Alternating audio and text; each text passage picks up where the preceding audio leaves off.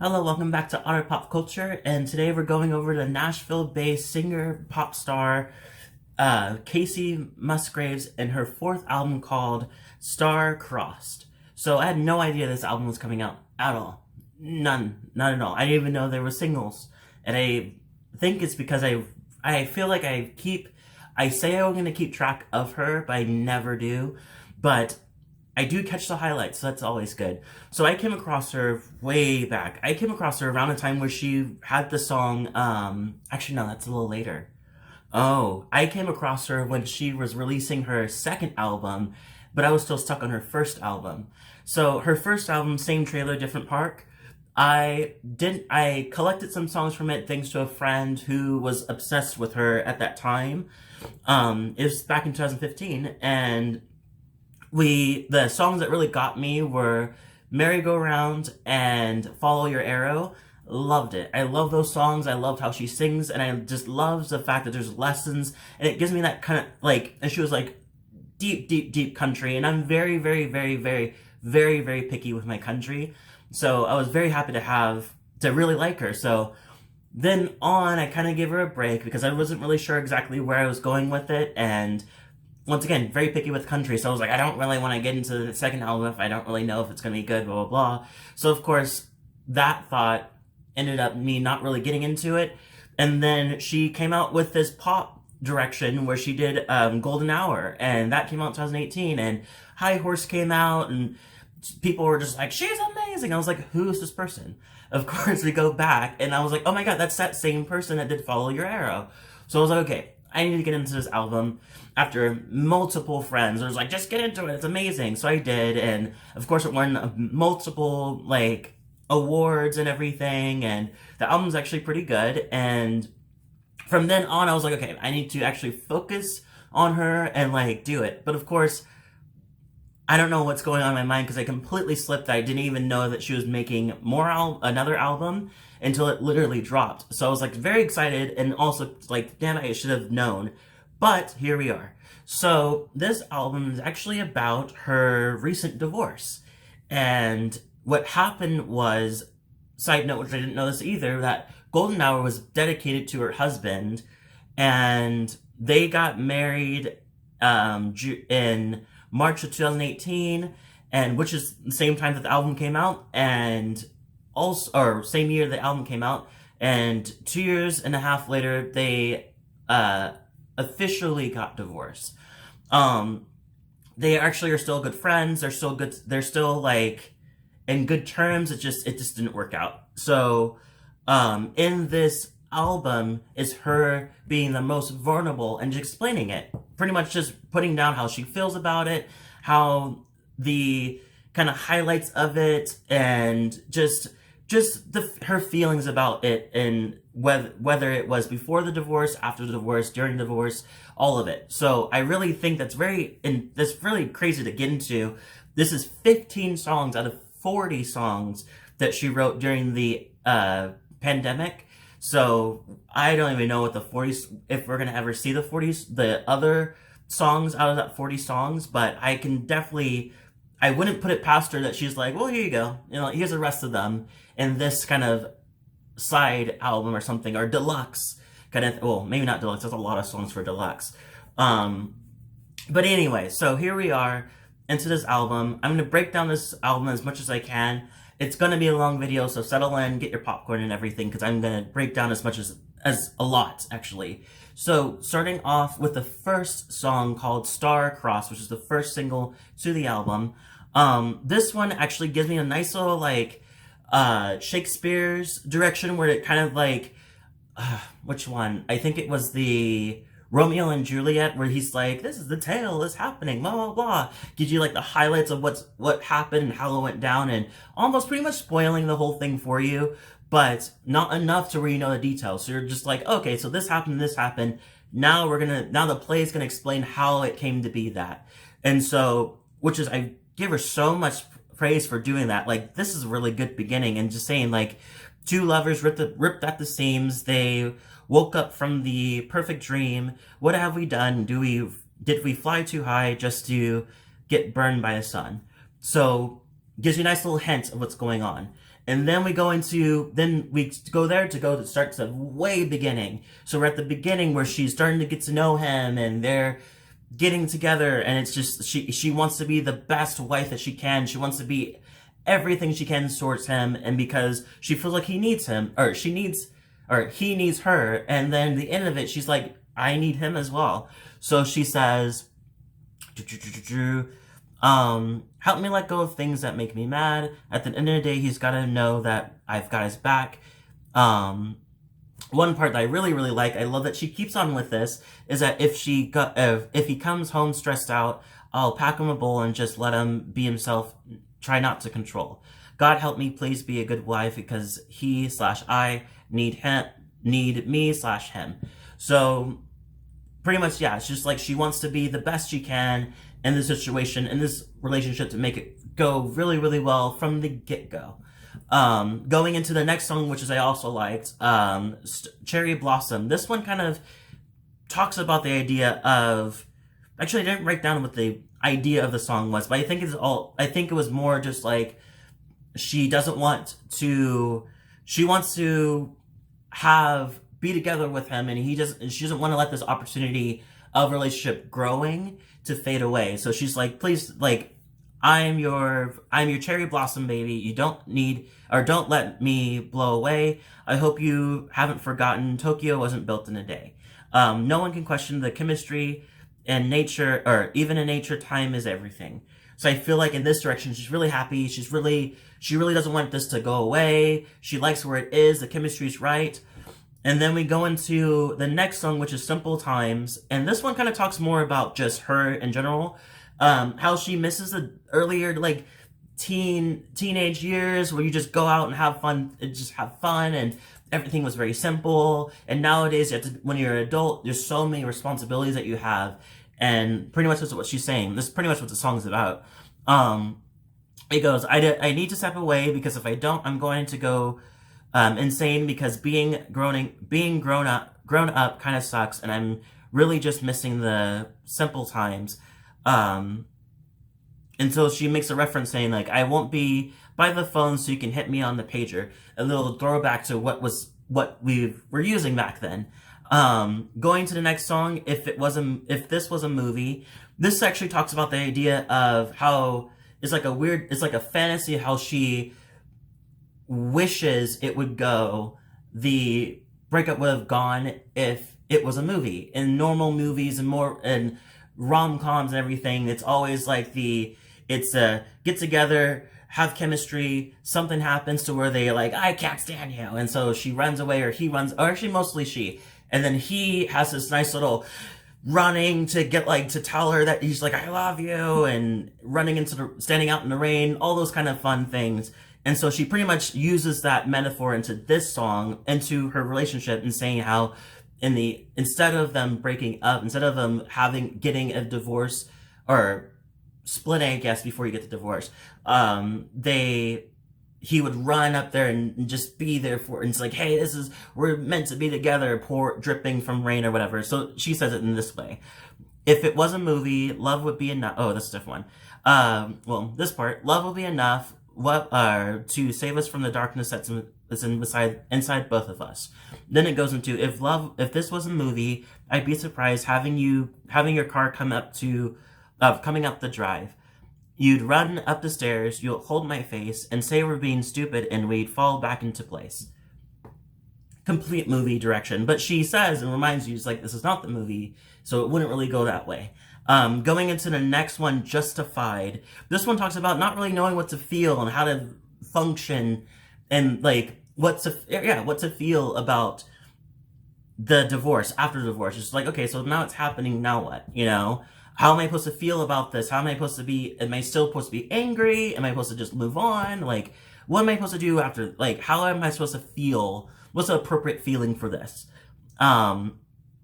So she says a couple of things. She says, moving onward, feeling strong, but healing doesn't happen in a straight line. I'm still trying to dissect exactly what that means, but I like it.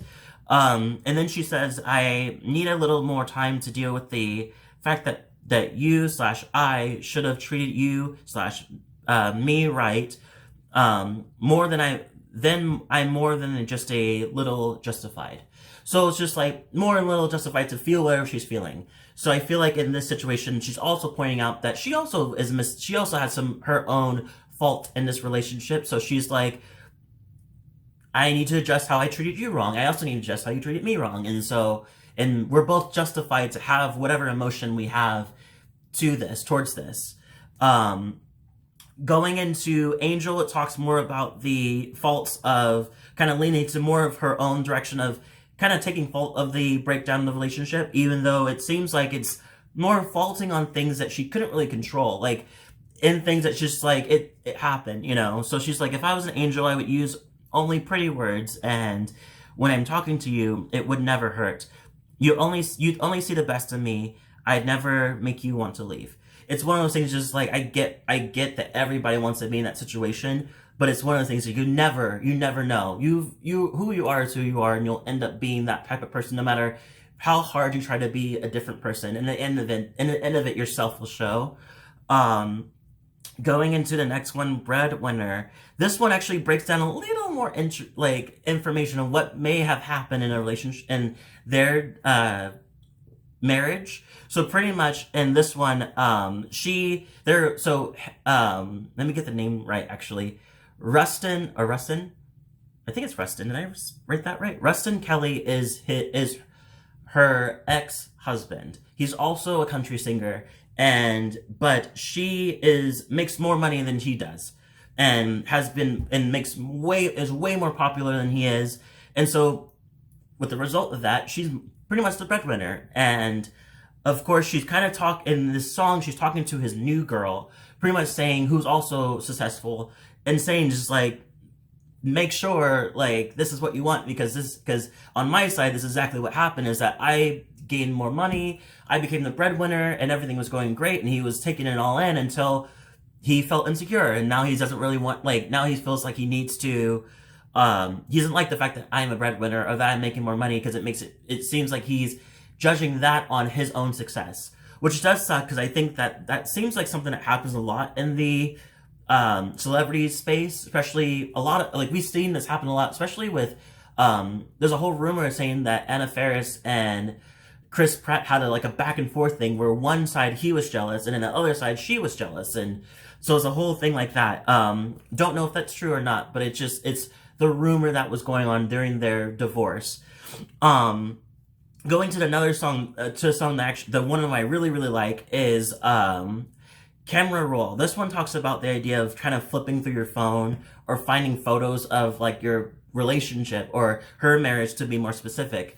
And how she's saying just I should have never done this. I should have never scrolled through this. They're nice and they're great, but the further I go back, the further I feel bad. And so she says, chronological order ain't nothing but torture. Scrolling too far back, that's what you get. I don't want to see them, but I can't delete them. It just doesn't feel right yet. And so I feel like it's kind of true. I feel like it's a very common thing to feel, because you have all the, especially the longer you've been in a relationship or a marriage, and I feel like it's that you still have those pictures, and so you've come across them, you're like, oh my god, those happy times, that's happy times, and then you start going further back, you're like, oh, I now remember exactly where that was, oh, was that, blah, blah, blah, and so it kind of hurts more. But I really like it. I love the fact that she talks about it, because I just feel like it's very relatable. Easy Said and Done pretty much talks about how hard it is to love someone and how easy it's said and done, because it takes a lot of work, of course.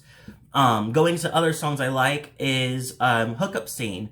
This one pretty much talks about the idea of her talking about how she has hooked up with other guys since the divorce and doesn't really feel the same, because she wants to be in love. She wasn't looking to kind of divorce and then go back into the single life. So now that she's in it, she realizes that it's kind of empty to her. So she says the hookup scene ain't all of that it seems to be. You get your fill and then you leave empty. And then she kind of responds to the audience and saying, if you love someone if you got someone to love and you almost given up, hold on tight despite the way that they make you sad / mad, because she switches over. Because you might not even know that you don't have it so bad. I think that's very nuanced, because I think it depends on the person. Because if you're being abused, it's not, if you're feeling bad over that, you should leave anyway. So, disclaimer. But for her direction, I can definitely see that in her marriage, that maybe just things that she thinking of, maybe I should hold on a little longer, kind of direction. Keep looking up. Now we're on the other side of things, where she's starting to feel more kind of the more self-confidence and more kind of satisfying, kind of coming to terms with everything. And in a weird way, you can kind of see this in a weird grieving direction, because it's more acceptance. Because we go into Keep Looking Up, where she stays hopeful. She's like, I keep looking up, won't let the world bring me down. Keep your head up, keep your head in the clouds and your feet on the ground. And then it goes to what doesn't kill me, which is about resilience. And she says, I've been to hell and back, golden hour turned to black. Say that it ain't coming back. What doesn't kill me, better run. Pretty much saying that she's ready. She understands. She knows that whatever doesn't kill her, this makes her stronger. But instead of saying stronger, she says better runs, pointing out to the people, to anything else coming her way, that she's resilient and she won't take it, and she will definitely be right back. So I don't know. I just really love that. Going into the next one, There Is a Light. I really love this one. I love the sound of it. It's so good. This one pretty much talks about pretty much more hope. It's just like she sees a light at the end of the tunnel, and she says, there is a light. There is a light at the end of the tunnel. There is a light inside of me. And then it goes into a beautiful flute solo. Who does that? That's so amazing. And then it goes into, try not to, there's a piece where she kind of points out that she didn't want the ecstasy, that she's having a good time, that there is a little hope inside of her, that she's going to be okay in the end. Because she says, try not to show it to make you feel good.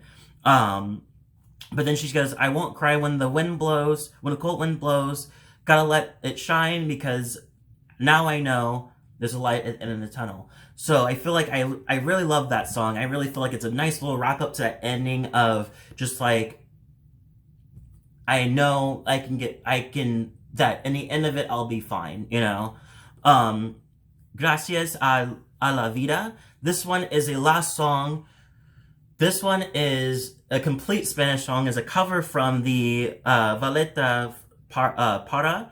This one is a cover, pretty much, song, and it's so good. She does a really good job doing her Spanish. She does a really good job. This one pretty much talks about just thanking life, and for everything, whether good or bad, just thank you, because it made her stronger. It made her who she was. So I'm not going to try to go for the Spanish direction, but pretty much she says, thanks to life, which gave me so much, which gave me much, it has given me it has given me laughter and has given me tears. So I distinguish happiness from brokenness. I really love that. It almost sounds like a tattoo. I really love that song. I really love this album. I kind of expected to like this album, honestly. I'll be low-key biased. I was just like, it's gonna be good. She's a good writer. She's a good singer. She knows what she's doing, based off of just Golden Hour and even her other albums. She knows what she's doing. So I'm very happy that she was very nervous of releasing this, but I'm glad she did, because it just makes her even more closer and closer to being she's already is a national treasure, but she's getting much closer to where everybody knows this. So I'm so happy about this. I give this a 10 out of 10 because I really love the story arc. I love how it's well written, it's well organized, it's just pours out all her soul into how she feels. And all of this came out of the pandemic, so that's even better. Leave a comment below what you thought. If you like this album, let me know. What's your favorite songs off the album? If you have any insight, pieces of more information about this, because I know that I don't really know everything about the divorce, but if you do, let me know. If you like this video, hit the like button, subscribe button, notification bell too, to get more of my videos. Thank you so much for watching, and I'll see you all in the next video.